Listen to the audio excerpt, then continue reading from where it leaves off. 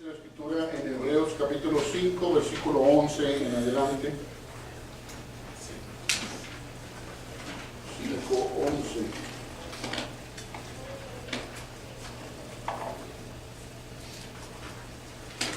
Hebreos 5, 11. Dice, acerca de esto tenemos mucho que decir y difícil de explicar por cuanto os habéis hecho tarde para oír.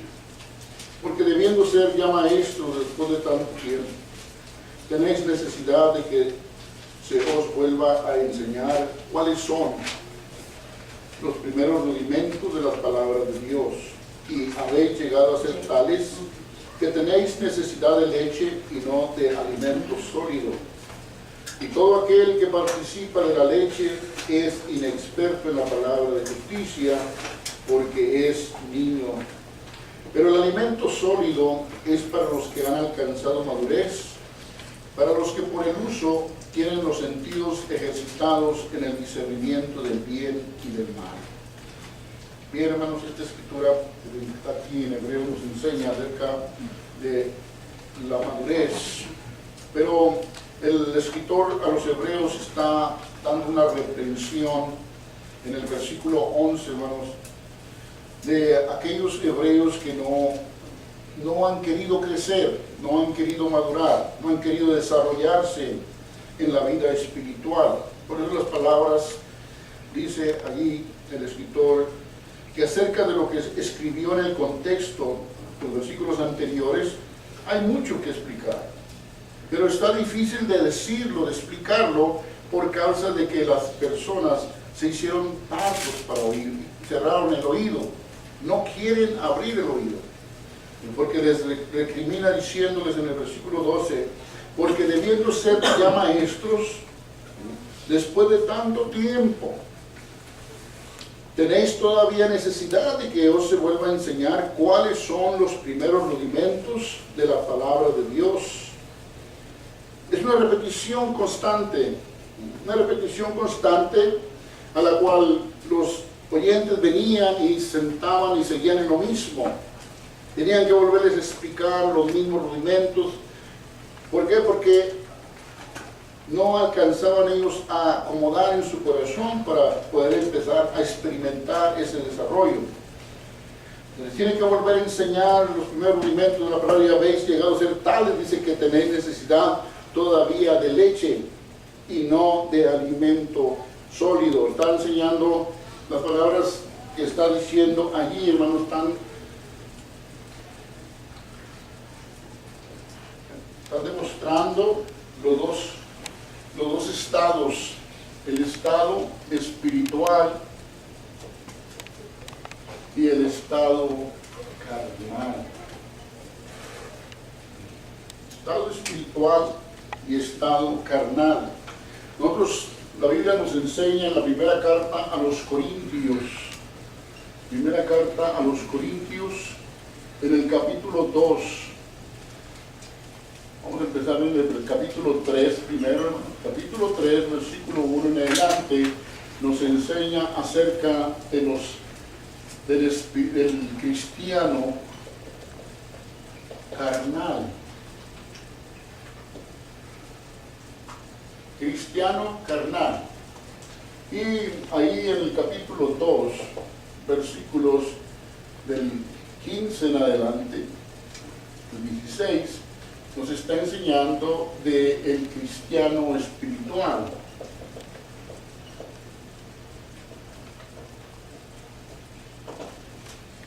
Cristiano espiritual.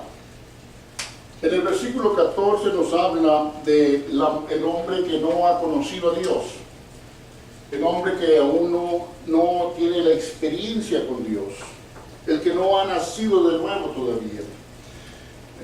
Pero ya entrando en los otros versículos empieza a enseñar del cristiano espiritual. Y fíjense lo que dice en el capítulo 2 de la primera carta a los Corintios. Dice así: en cambio el espiritual juzga todas las cosas, pero él no es juzgado de nadie. Porque ¿quién conoció la mente del Señor? ¿Quién le instruirá? Mas nosotros tenemos la mente de Cristo. Hablando de la persona que está en la alianza del Espíritu. La Escritura, hermano, la palabra nos enseña en muchos versículos cómo es que el apóstol Pablo, en este caso, recomienda al cristiano que andemos en el Espíritu. Por ejemplo, Gálatas capítulo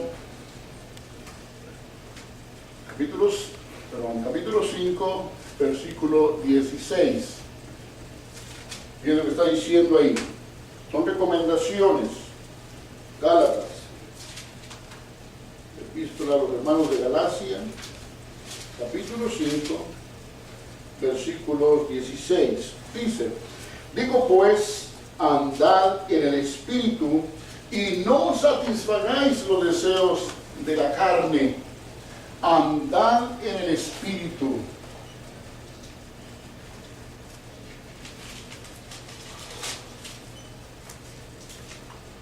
Y cuando está diciendo Espíritu, hermanos, acuérdense que en la Biblia, cuando Espíritu está escrito con mayúscula, la primera letra está mencionando el Espíritu de Dios, o sea, Dios mismo.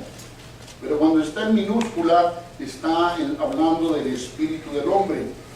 Aquí dice, digo pues andad en el Espíritu con mayúscula, dice que andad en la guianza de Dios, es lo que está diciendo, andad en el Espíritu, o más bien dicho, lo que está diciendo ahí, debe entender como andar en el gobierno de Dios. Por eso nosotros conocemos, o lo hemos oído del gobierno teocrático.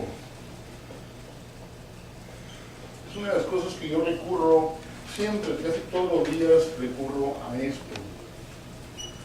Que no es lo único que podemos nosotros tener para poder acomodarnos en lo que es lo espiritual. Gobierno teocrático dice gobierno de Dios. Ese es el gobierno de Dios. Es lo que está diciendo Gálatas, andad en el gobierno de Dios. Ciertamente Dios quiere bendecirnos, ¿no? El deseo de Él es bendecirnos de una manera total. Por ejemplo, cuando en San Juan, ahí en el capítulo, vamos a ver el capítulo 10, versículo 10b. Fíjense lo que está diciendo ahí, el Señor Jesús como menciona, dice, yo he venido para que tengáis vida.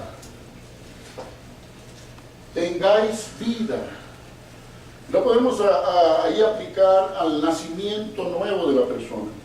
Cuando el hombre, la mujer conoce, acepta a Cristo Jesús como su Salvador, ahí él recibe vida, recibe la vida eterna, la salvación de su alma. Pero hay un proceso más adelante, porque él no se detiene ahí, sino que dice, yo he venido para que tengáis vida. Y lo dice, y para que la tengáis en abundancia. Ahí está reflejando una vida dirigida por el Espíritu, una vida bendecida de parte de Dios, una vida en abundancia. Esta vida, los únicos que pueden vivirla, me recuerdo las palabras del apóstol Pablo cuando le escribe a Timoteo, en la segunda de Timoteo capítulo 2, le dice, Timoteo, esfuérzate en la gracia que es en Cristo Jesús. Esfuérzate en la gracia que es en Cristo Jesús. ¿Qué está diciéndole? Que él se afiance, se agarre de la mano de Dios y disfrute la vida de Cristo.